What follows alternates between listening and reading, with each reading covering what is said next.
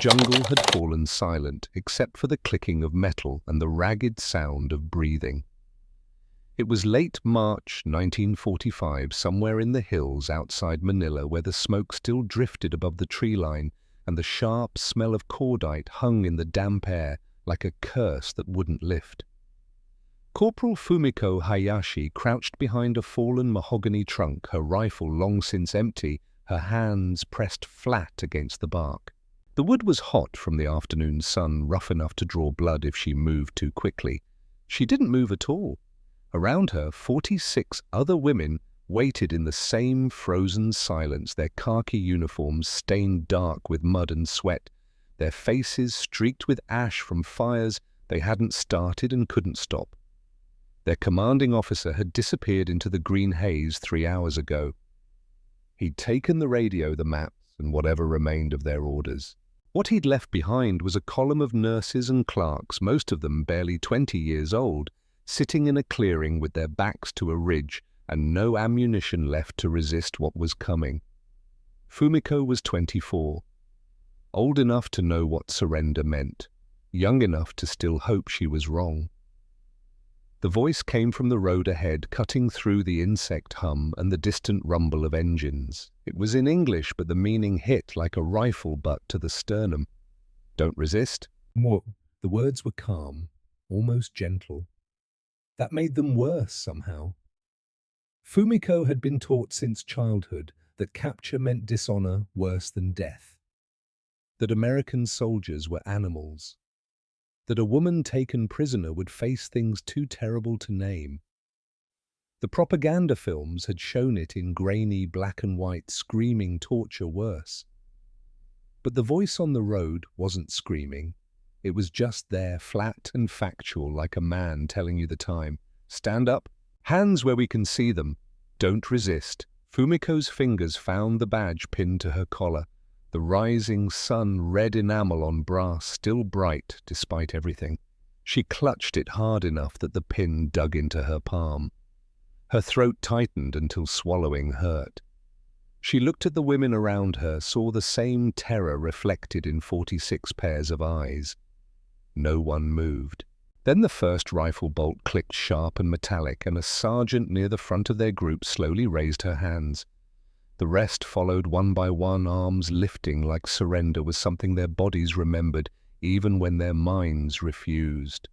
Fumiko watched her own hands rise, watched her fingers open and release the badge, watched it fall back against her chest where it hung like an anchor. American soldiers stepped out from the tree line. They didn't rush forward. They didn't shout. They just walked, boots crunching on gravel rifles, held at the ready, but not aimed. Not yet. Their faces were hard to read beneath the dust and the shadow of their helmets. Young faces, some of them, boys pretending to be men, just like the boys Fumiko had bandaged and buried over the past 3 years. One of them, a corporal with red dust caked into the creases of his uniform, gestured toward the road. "Move." His voice was measured, professional. The kind of tone you'd use to direct traffic or tell someone where to sit. Fumiko's legs didn't want to obey, but they did anyway, carrying her forward in a stumbling line with the others. Every step felt like walking off a cliff in slow motion. Behind the American line, trucks waited, canvas-topped engines idling like beasts waiting to be fed. The tailgates were down wooden planks, still warm from the sun. The soldiers gestured again, and the women climbed aboard one by one, hands gripping the side rails for balance. The wood burned against Fumiko's bare legs where her skirt had torn. She barely noticed. Someone whispered a prayer in Japanese. Another bit her lip until it bled. The convoy started rolling before they'd even settled, grinding down a road lined with wrecked tanks and the smell of burnt oil. The trucks swayed over potholes and craters, each jolt sending them sliding into one another shoulder against shoulder, silent and numb. Fumiko turned her face toward the fading jungle. Somewhere back there was everything she'd known, the empire, the training, the certainty, the voice on the radio every morning promising victory, promising divine wind, promising that Japan would never kneel. Lies, she realized. If this was victory, then why were they the ones in chains? The road stretched on. 60 miles, one of the soldiers had said earlier, though Fumiko wasn't sure if she'd heard him right. 60 miles from capture to camp. The landscape changed slowly. Palm trees flashed by, then charred buildings, then open plains.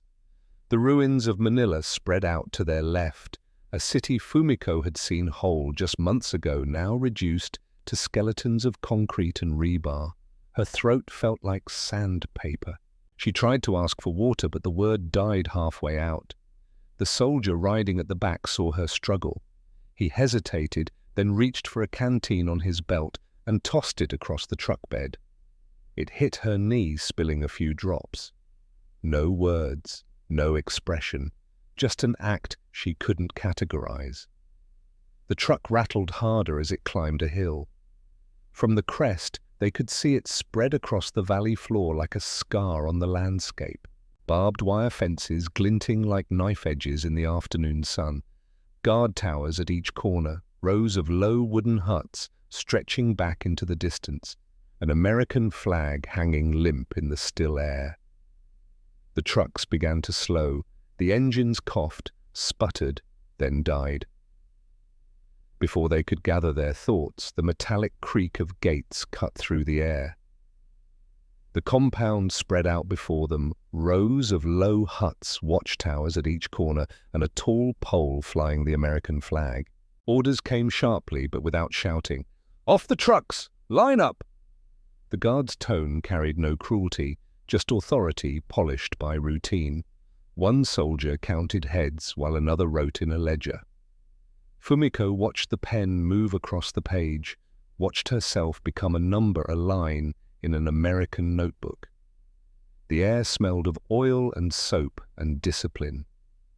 After the roll call, they were marched through an inner gate toward a row of wooden barracks. Fumiko's eyes followed a tall soldier as he turned a key and slid open a large door. For a heartbeat, she thought it might be a cell. Instead, the scent of cooked food spilled out. Thick, meaty, impossible. Steam drifted from metal pots like ghosts of another world. The smell intensified as they were led closer. Salt, smoke, fat. Things forgotten since the collapse of Manila. An American sergeant nodded once, signaling them forward into a mess hall. Long tables, metal trays, the clatter of ladles against pots. "Sit." A tray was placed in front of Fumiko. The weight of it surprised her. She looked down. 6 strips of bacon, 2 eggs, a mound of mashed potatoes, 2 slices of white bread, a glass of milk. This was more food than she'd eaten in a week. The bacon glistened with fat. The eggs were perfectly cooked. The potatoes steamed gently in the cooling air. Around her, spoons hesitated mid-air. Then slowly, someone lifted a fork. Fumiko picked up her fork. Her hand trembled. The first bite was a betrayal and a revelation. Salt, warmth, fat. The bacon melted on her tongue, coating her mouth in a richness she'd only experienced in dreams. For months they'd survived on rice scraps and muddy water. Now each bite dragged memory and shame to the surface. Someone whispered, "They eat better than our officers did." Another replied, "Maybe that's why they're winning." In that moment, defeat had a flavor, rich, strange, almost kind. Fumiko set down her fork. She'd eaten 3 bites. Her stomach couldn't handle more, but she couldn't stop staring at the remaining food. The realization crept in slowly. America hadn't been touched. While Japan burned, while her mother wrote letters about eating tree bark, the enemy had so much they could afford to feed prisoners better than Japan fed its soldiers. All lies. If this was victory, then the war had been lost long before the first shot was fired. As night fell, floodlights snapped on around the perimeter, washing the camp in pale, artificial daylight. The food was gone, but the unease stayed settling in her chest like a stone. The floodlights hummed to life with a low electric buzz. Fumiko lay on a rough canvas cot in a wooden hut that smelled of pine sap and disinfectant, too alert for sleep. Around her, the other women shifted restlessly. Each time she closed her eyes, she heard the same command echo in her skull. Don't resist. The words had followed her into the dark, reshaped now into something quieter, heavier. Resistance was already over. The war was already lost. She just hadn't known it until now. From outside came the distant crunch of boots. The American sentry moved along the fence line, his silhouette steady under the floodlight glare.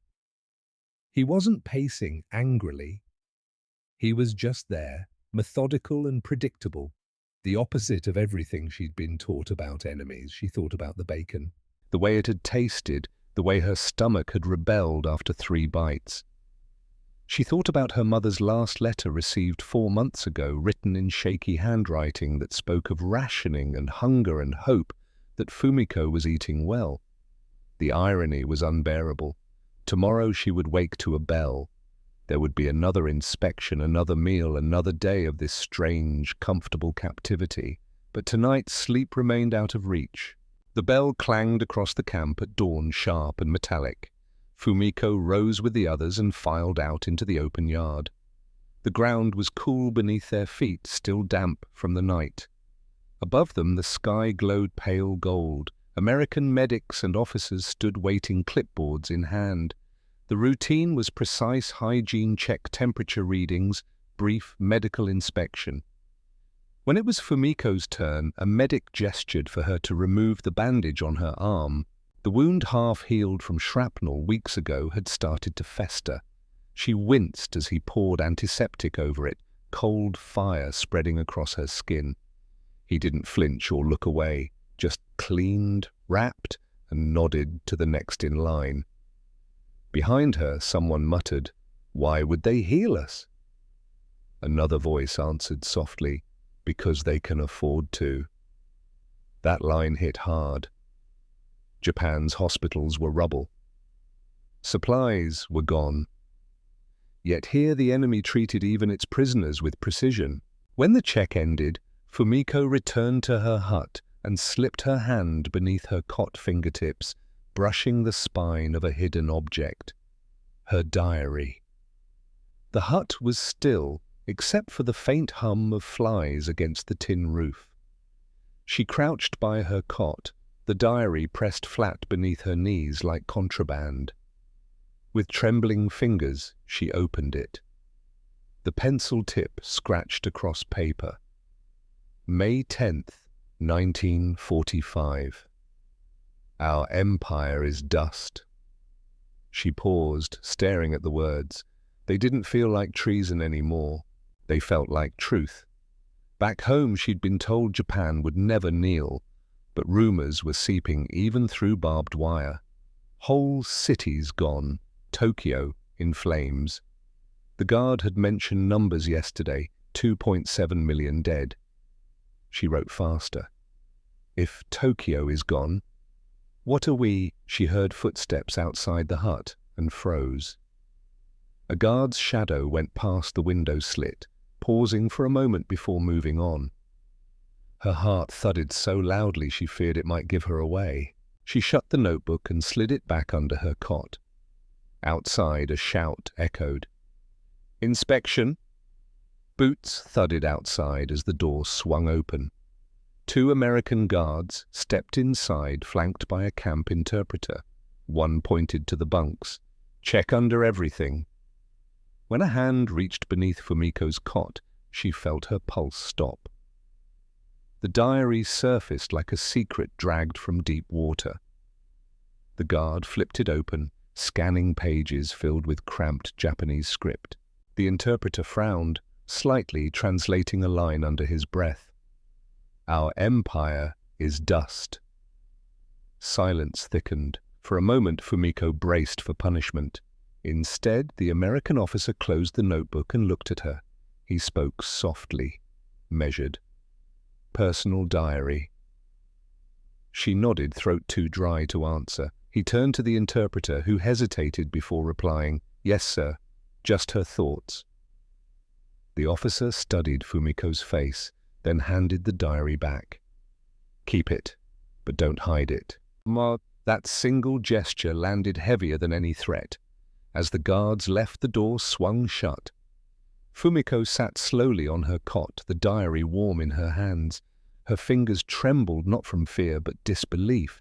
If kindness could exist here, maybe the world was not as absolute as she'd been taught. She opened the diary again, writing one new line. "They gave it back. They trusted us." Outside, a whistle blew, the signal for work detail. The whistle's shriek sliced the morning open. Fumiko was marched toward the camp's labor yard. They were divided into groups. Some hauled water, others scrubbed uniforms. Fumiko's assignment was kitchen duty. She reported to a wooden building that smelled of grease and smoke and abundance. The kitchen was larger than any she'd seen, with industrial stoves, massive pots and shelves stacked with supplies, sacks of flour, tins of lard, crates of potatoes. A voice called from the back. "You! Over here!" Fumiko turned. A man stood by a prep table, tall and broad-shouldered, wearing a stained apron. His hair was reddish-brown, his face weathered like old leather, and his hands were the size of dinner plates. He looked to be in his early 40s. "Name's Cole Bridger," he said. "You're on potato duty. Peel dice, don't waste anything." His voice was flat, Midwestern. She nodded, not trusting herself to speak. He pointed to a mountain of potatoes. Beside it sat a bucket, a peeler, and a cutting board. "Get started." Fumiko sat on a low stool and began working. Around her, the kitchen hummed with activity. Cole worked the main stove, a massive, cast-iron beast that radiated heat. He was making something that smelled of meat and onions and butter. After an hour, her hands cramped. After 2, her back ached. But she kept peeling, kept dicing, kept her head down. At midday, Cole brought over a tin cup of water and set it beside her without a word. "You worked medical?" he asked, leaning against the table. Fumiko looked up, startled. "Yes." "Figured. You hold the knife like someone who's used a scalpel." He gestured at her hands. "But you're not used to manual labor." She said nothing. Cole watched her for a moment, then shrugged. "Well, you'll get used to it. Kitchen's easier than laundry detail anyway." Over the next 2 weeks, a pattern emerged. Fumiko peeled potatoes, diced onions, scrubbed pots. Cole worked the stove, turning out meals for 300 prisoners with methodical precision. He rarely spoke, but when he did, his words were blunt and practical. "Bacon cooks at medium heat, 7 to 8 minutes. Flip twice. Higher, and it burns. Lower, and it's chewy. Potatoes need salt in the water, not after, during." Fumiko absorbed the information without understanding why he was teaching her.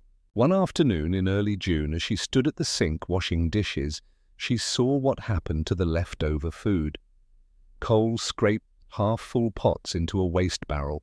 Bread crusts, uneaten vegetables, bacon fat congealed in white pools. The sheer volume of waste made her stomach turn. She must have made a sound because Cole looked over. "Something wrong?" Fumiko shook her head quickly, but he'd already seen her face. He walked over, wiping his hands on his apron. "Bothers you?" he said. Not a question. "We never had this much," Fumiko said quietly. "Even before the war." Cole nodded slowly. "I know." He turned back to the stove, but after a moment, he spoke again, his voice low. "Your country couldn't feed its soldiers, mine can. That's the whole war right there, kid. Everything else is just details." The words hit like a slap. Fumiko's hands stilled in the dishwater. She wanted to argue, to defend something, but what could she say? The evidence was all around her. the abundance, the waste. America had so much it could afford to throw food away while Japan starved. She thought of her mother's letters. We eat tree bark now. The realization was crushing. That night, lying on her cot, Fumiko opened her diary and wrote a single line. They win because they can afford to waste what we kill for. The days blurred into weeks.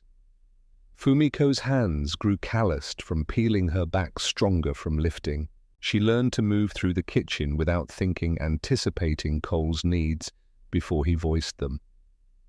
And every day she saw the food, mountains of it, bacon by the pound, eggs by the crate, butter in blocks the size of bricks.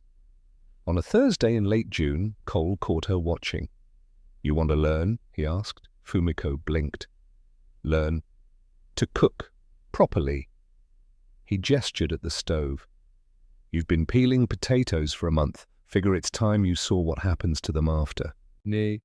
She didn't know what to say. Learning felt like collaboration, like betrayal. But Cole was already pulling out ingredients. "Mashed potatoes," he said. "Simplest thing in the world if you don't rush it." He walked her through it step by step. Boil the potatoes until they're soft. Drain them completely. Add butter while they're still hot. Mash until smooth. Salt to taste. A splash of milk if you want them creamy. Fumiko followed his instructions. When she tasted the result, the richness nearly made her cry. It was perfect. Simple and perfect. Cole nodded approval. "See, not hard, just takes attention." Over the following weeks, he taught her more. How to make biscuits that rose light and fluffy, how to render bacon fat, how to judge when meat was done by touch, how to build flavor in layers. He never explained why he was teaching her. He just did it with the same matter-of-fact practicality he brought to everything. And Fumiko, despite herself, learned. She learned that food could be more than survival, that it could be craft, that the act of cooking for someone, even an enemy, was a form of respect. But the lesson that hit hardest came on a Sunday in early July. Cole announced it the day before, casual as anything. "Tomorrow's a feast day, not a holiday, just something we do once a month. You'll help prep." Fumiko nodded, not understanding, until she arrived Sunday morning and saw the supplies laid out. 80 pounds of pork shoulder, already trimmed and seasoned. 5 crates of fresh corn, sacks of beans, cornmeal, mason jars filled with amber liquid Cole called sorghum molasses, and bacon, always bacon, 10 pounds of it thick cut. "This feeds 300, Fumiko asked. "Feeds them right," Cole said. "There's eating, and then there's eating. Today we do it proper." He'd started the pork the night before. Low heat, hickory wood smoke, 14 hours. By 10 in the morning, the smell had spread across the entire camp. Fumiko stood at the prep table shucking corn and watched prisoners drift past the kitchen windows, drawn by the scent. The smell was intoxicating, smoke and pork fat and charred sweetness. Cole pulled the pork at noon. The meat fell apart at the touch of his fork, separating into long, tender strands that glistened with rendered fat. "Meat like that doesn't need help," he said. "You taste it plain first. Everything else is extra." While the pork rested, he put Fumiko to work on the beans. Bacon rendered in the bottom of a huge pot until the fat ran clear. Onions added cooked until soft. Then the beans pre-soaked overnight along with water and molasses and spices. 4 hours, Cole said. Low and slow. Beans are like people. Rush them and they fall apart. Give them time and they turn into something worthwhile. The cornbread came together quickly. Cornmeal, buttermilk, eggs, sugar, bacon, fat. Cole poured the batter into massive cast-iron skillets. 20 minutes later, the kitchen filled with the smell of toasted corn and caramelized edges. By 2 o'clock, everything was ready. The mess hall had been transformed. tables pushed together into long rows, tin plates laid out with military precision. The prisoners filed in Japanese and German mixed together, their usual silence replaced by something that almost resembled anticipation.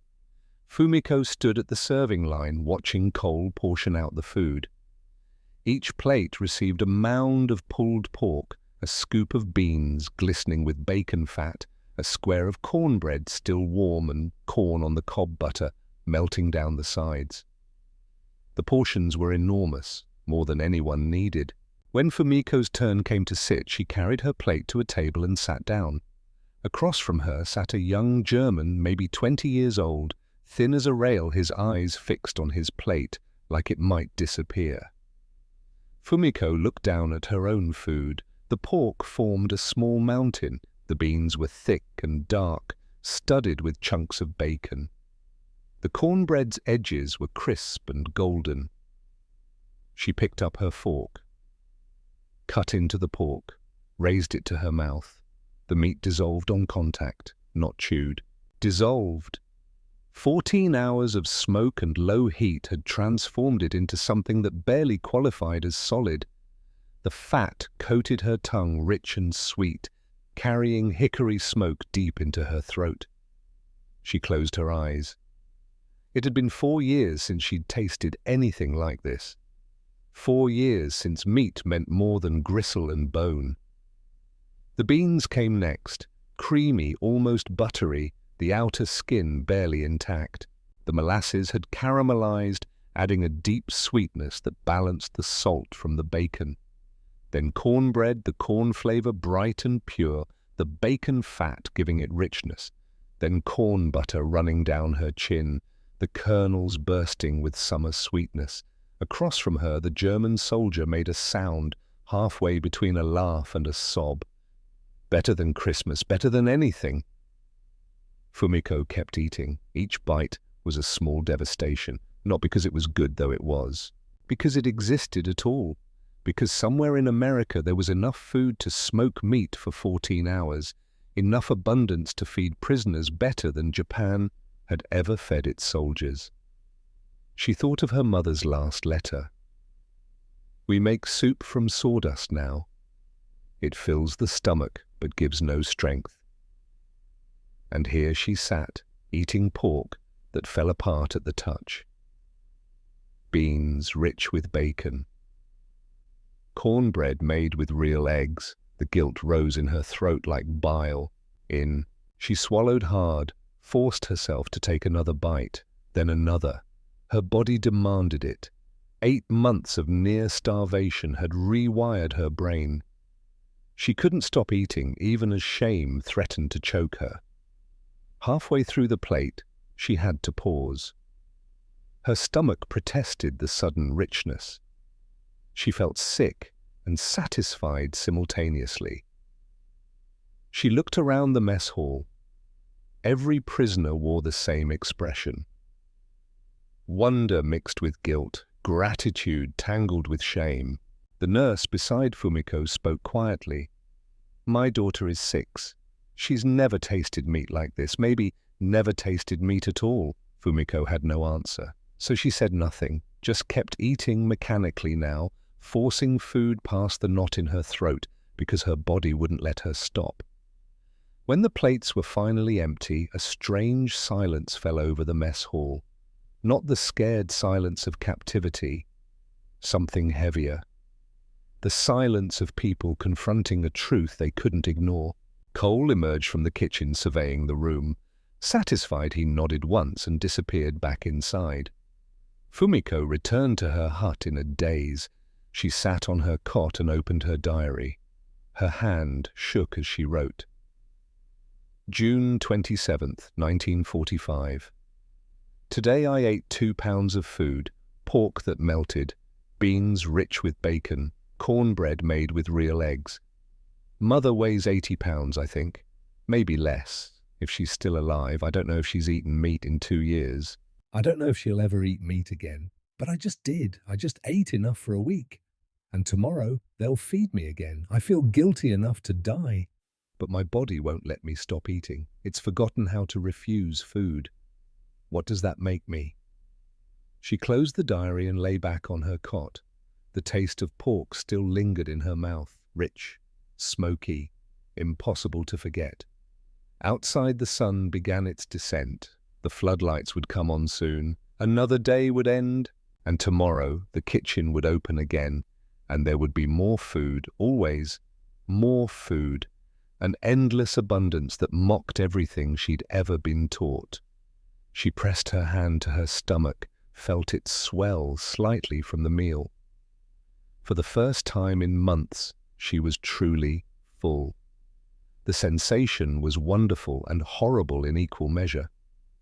Sleep came eventually, but it was thin and restless, full of dreams about her mother eating tree bark while Fumiko feasted on pork. The next morning, Fumiko returned to the kitchen. Cole was already there, starting prep. He glanced at her but didn't comment on the previous day's feast. It was just food to him, just work. But over the following weeks, something shifted. Cole started teaching her more deliberately, not just techniques but philosophy, the why behind the how. "Cooking's about respect," he said one day while showing her how to render lard. "You take something raw and you transform it, but you don't fight it. You work with what it is. Pork wants to be tender if you give it time. Beans want to be creamy if you don't rush them." He paused, checking the temperature of the fat. "Same with people, I figure. You try to force something and it breaks. You give it what it needs and it becomes what it's supposed to be." Fumiko said nothing, but she understood. He wasn't just talking about food. One afternoon in mid-July, she finally asked the question that had been building for weeks. "Why do you feed us so well? We're enemies." Cole didn't answer immediately. He finished dicing an onion, swept the pieces into a pot, then wiped his knife on his apron. When he finally spoke, his voice was quiet. "Had a ranch in Wyoming before the war. 2,000 head of cattle. You know what kills cattle faster than disease or predators?" Fumiko shook her head. "Neglect. You don't feed them right, they get weak. You don't treat them with respect, they turn mean. But you take care of them, they thrive." He looked at her directly. "I cook for POWs the same way I cooked for my ranch hands. Same way I'd cook for generals. Because food isn't just fuel, it's respect. And every person deserves to be fed right, regardless of what flag they fought under." He turned back to the stove. "Your country couldn't feed you. Ours can. That's the difference. Not better people, not superior race, just resources and the will to use them right." The words settled over Fumiko like a weight. She wanted to argue, but what could she say? The evidence surrounded her, the abundance, the waste. America had won the war before it started, not through superior courage, but through the arithmetic of resources. Japan had built an empire on willpower and sacrifice. America had built one on wheat fields and cattle ranches and industrial capacity that could feed both its soldiers and its enemies. That night, Fumiko wrote in her diary again. Cole said food is respect, that you feed people right regardless of who they are. I don't know if I believe that, but I know this: I've eaten better in prison than I did in the Imperial Army. What does that say about the empire I served? The question had no answer, only implications that stretched out like shadows, dark and unavoidable. August arrived with oppressive heat. The kitchen became an oven within an oven. Fumiko worked through it, her uniform soaked with sweat, her hands moving automatically. She'd gained weight, not much, but enough that her uniform no longer hung loose. Her face had filled out slightly. She caught her reflection in a pot one day and barely recognized herself. She looked alive, healthy, fed. The realization brought no comfort. On the morning of August 6th, Fumiko was peeling potatoes when the kitchen radio crackled to life. Cole stopped mid-chop. The voice from the radio was American, clipped and urgent. "Hiroshima." New type of weapon. Entire city. The words were in English, but Fumiko understood enough. She understood the tone, the strange mixture of awe and horror. The knife slipped from her hand and clattered to the floor. Cole turned to look at her. She tried to ask a question, but her throat had closed. An interpreter rushed into the kitchen. He spoke rapidly in Japanese. Hiroshima has been bombed. A new weapon. The entire city is gone. One bomb. The room tilted. Fumiko gripped the edge of the table to keep from falling. One bomb. One city. The mathematics didn't make sense. Cole was there suddenly, his hand on her shoulder, steady and solid. Sit down. She obeyed. Her legs had stopped working. She sat on a wooden crate, her vision narrowing. Tokyo, she managed to whisper in English. Cole shook his head. Hiroshima. Not Tokyo, but that was only geography. The message was clear. If they could erase one city with one bomb, they could erase them all. She thought of her mother. 80 pounds of bone and will surviving on sawdust soup. What would happen when the bombs came to Tokyo? The room swam. She felt Cole's hand again pressing a cup of water into hers. Drink. She drank automatically, tasting nothing. 3 days later, it happened again. Nagasaki, another city, another bomb. This time, Fumiko didn't cry, didn't collapse, didn't. She just stood at the prep table and kept dicing onions while tears ran down her face from the fumes. Just the onions, nothing else. That evening, she opened her diary and stared at the blank page for 20 minutes before writing a single line. The sun fell from the sky twice. Maybe we deserved it. She closed the book. Cole had left a plate of food outside her hut, cornbread and beans still warm. She ate it mechanically, tasting nothing, her mind filled with images of cities turning to light. On August 15th, the Emperor's voice came through the radio. Fumiko sat in the mess hall with the other prisoners listening to words she'd never thought she'd hear. The voice was thin, distant, filtered through static. He sounded human, frightened, defeated. The war was over. Around her, women wept. Some from relief, some from shame, some from simple exhaustion. Fumiko felt nothing. The numbness that had started with Hiroshima had spread until it covered everything. That afternoon, the camp commander made an announcement. The gates would open. They could go home. But home was ashes. Home was mothers who'd starved while daughters ate bacon. Home was a lie that had consumed millions and delivered nothing but dust. Fumiko stood in the yard as the announcement ended, watching the flag snap in the wind. Free, they said, but freedom required a destination, and she had none. Cole found her there an hour later, still standing, still staring. "You okay, kid?" She didn't answer. He stood beside her in silence, then spoke quietly. "War's over. You can stay if you want. Work the ranch. Wyoming's steady work. Decent pay." Fumiko turned to look at him. His face was serious, weathered, honest. For a moment she considered it. America, a ranch, a life built on something other than ash. But the thought of her mother, if she was still alive, waiting in the ruins of Tokyo, made the decision for her. "I have to go back," she said. "I have to find my mother." Cole nodded slowly. "Figured you'd say that."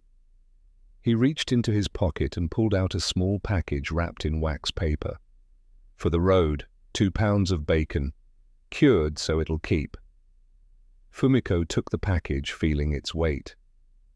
2 pounds, a fortune, a memory made solid. "Thank you," she whispered. Cole shrugged. "Just food, kid. Just food." But they both knew it was more than that. The night before departure, Cole cooked one final meal, just for Fumiko. T-bone steak, 16 ounces corn on the cob, dripping butter biscuits, still warm from the oven. He placed the plate in front of her without ceremony. The steak was perfect, seared dark on the outside, pink in the center. Blood pooled when she cut into it. "Medium rare," Cole said. "Only way to eat beef." Fumiko took a bite. The meat melted the char, giving way to buttery softness. She chewed slowly, memorizing the taste. This would be the last good meal for a long time, maybe forever. Halfway through, she stopped, reached into her pocket and pulled out the Rising Sun badge. "Keep this," she said, setting it on the table. Cole looked at it, but didn't touch it. "That's yours." "It doesn't mean anything anymore." He was quiet for a moment, then picked up the badge, turning it in his thick fingers. "Keep it anyway," he said finally. "Not for the Empire, for you, to remember who you were." He pressed it back into her hand. "And who you became." Fumiko's vision blurred. She nodded, unable to speak, and slipped the badge back into her pocket. The next morning, trucks arrived. Fumiko stood in line with her small bundle, one spare shirt, the diary, the bacon wrapped in wax paper, and the badge. Lieutenant Evelyn Pierce found her before she boarded. Evelyn had been one of the medics who'd treated her wound that first morning. Over the months, they'd exchanged small nods, brief smiles, but never much conversation. Now Evelyn pressed a wool sweater and 3 pencils into Fumiko's hands. "For writing," she said simply. They stood facing each other, nurse to nurse, enemy to enemy, something else entirely. Before Fumiko could respond, Evelyn spoke again, her voice quiet. "My brother died at Iwo Jima, February." Fumiko turned to look at her. "I hated every Japanese person for 6 months," Evelyn continued. "Couldn't look at you without seeing his face. Couldn't bandage a wound without wanting to make it worse." She picked at a thread on her uniform. "Then I met you. Watched you work in the kitchen.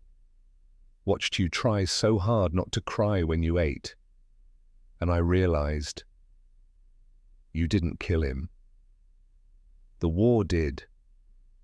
Fumiko's throat tightened. "I'm sorry.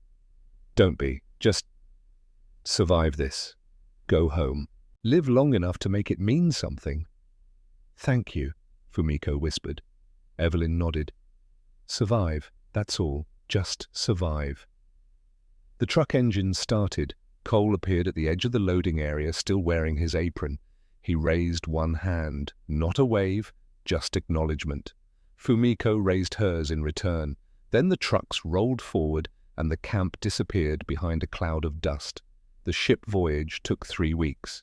2,000 Japanese returnees packed into holds that smelled of salt and vomit and despair. Storms battered the hull. Many got sick, some died. Fumiko rationed the bacon carefully. 1 slice every 3 days, shared with children too young to remember what meat tasted like. They ate it with tears running down their hollow faces. She wrote in her diary by candlelight, her handwriting shaky from the ship's motion. "I'm bringing America home in my pocket. 2 pounds of bacon, 3 pencils, 1 badge that means nothing and everything." When Yokohama Harbor finally appeared, the city beyond it looked like something from a nightmare. 70% destroyed, smoke still rising from a dozen points, the smell of ash carrying across the water. Fumiko disembarked on shaky legs and made her way through the ruins toward Asakusa, toward the address that might not exist anymore. It didn't. The house was gone, just scorched foundation stones and twisted metal. An old man in the neighboring lot looked up when she called out. "The Hayashi family. Dead," he said. "March bombing, the whole block." Fumiko knelt on the blackened ground where her mother's kitchen had been. She unwrapped the last 4 slices of bacon, now slightly moldy from the sea air, and laid them on the stones. No incense, no proper offering, just bacon on burnt earth. "I ate well, Mother," she whispered. "I'm sorry you never did." The tears came then, finally, after months of numbness. She cried until her throat burned, until the sun set, and the ruins filled with shadows. When she finally stood, her legs were stiff and her face was swollen, but something had shifted. The grief would never leave. But neither would the memory of kindness from an enemy who'd taught her that food meant respect. Tokyo, 1946 to 2001. Fumiko found work washing dishes at an American officers' club. The smell of bacon in the morning made her cry for the first 6 months. Then it just made her remember. In 1950, she opened a small restaurant in Asakusa, near where her mother's house had been. The menu had one specialty bacon American style, medium heat, 8 minutes, flip twice. Customers asked where she learned. She never told the whole story, just said, "From a cowboy." The restaurant never made much money, but every morning when she laid bacon in the pan and watched the fat render clear, she thought of Cole's voice. Food is respect. She never married, never had children of her own. The guilt of surviving while her mother starved never fully left. But cooking for others, feeding them the way she'd been fed, became a kind of penance, a kind of prayer. In 1989, she read in an English newspaper that a rancher named Cole Bridger had died in Wyoming. The obituary was small, tucked between advertisements. Heart attack at 86. Survived by a son, Daniel, and 3 grandchildren. She sat in her empty restaurant and cried for an hour. Then she cooked bacon and ate it alone, tasting smoke and memory and the ghost of a voice saying, "Just food, kid." She kept cooking for another 12 years. In 2001, Fumiko died at 80 in a small apartment by the Sumida River. Her granddaughter Aiko found the diaries while cleaning. 3 cloth-bound notebooks and 1 letter, never sent, addressed to a ranch in Wyoming. "Dear Mr. Bridger, my mother died before I came home. She never tasted bacon, but I did. Hundreds of pieces every day for 7 months. I thought I would hate myself forever for eating while she starved. But now, after 56 years, I understand what you were teaching me. You fed me not to keep me alive. You fed me to show me that even enemies can be kind, that the truth is stronger than propaganda, that bacon melts like warm silk on the tongue, and that simple fact matters more than all the empire's lies. Every piece of bacon I cooked in my restaurant. I thought of you. I taught my customers the right way. Medium heat, 8 minutes flip, twice. That was how I honored my mother. By sharing what she never had. Thank you for not letting me die believing the lies. Fumiko Hayashi, Tokyo, 1946. Aiko found the ranch online. Cole Bridger had died in 1989, but his son Daniel, now 62, responded to her email within hours. "My father kept a rising sun badge until the day he died," Daniel wrote.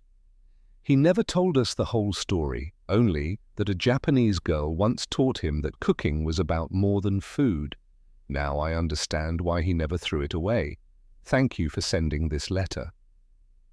Aiko visited Wyoming 6 months later. Daniel showed her the badge still in its original cloth wrapping, kept in a wooden box on his kitchen counter. They stood together in Cole's old kitchen, the same cast-iron stove blackened from decades of use, the same scarred cutting board, and Daniel cooked bacon the way his father had taught him. Medium heat, 8 minutes, flip twice. He said she taught him why it mattered, Daniel said, watching the fat render clear the edges, curling just right. Not just cooking, respect. Aiko nodded, tears in her eyes. The smell was exactly as her grandmother had described it. Salt, smoke, memory made tangible. "She said the same thing," Aiko whispered. They ate the bacon in silence, standing at the counter the way working people do, tasting smoke and time, and the truth that bridges don't need flags. Just two people decades apart, connected by the simple act of cooking something right. Afterward, Aiko visited the apartment one last time before selling it. In the kitchen, she found one final entry in the diary written in shaky handwriting just months before Fumiko died. Don't resist, not surrender, not defeat, but accepting that the world is more complex than we're taught, that enemies can feed us bacon, that kindness needs no reason, that the truth melts like warm silk on the tongue, and that simple truth is worth more than empires. She closed the diary and placed it in the box with the others.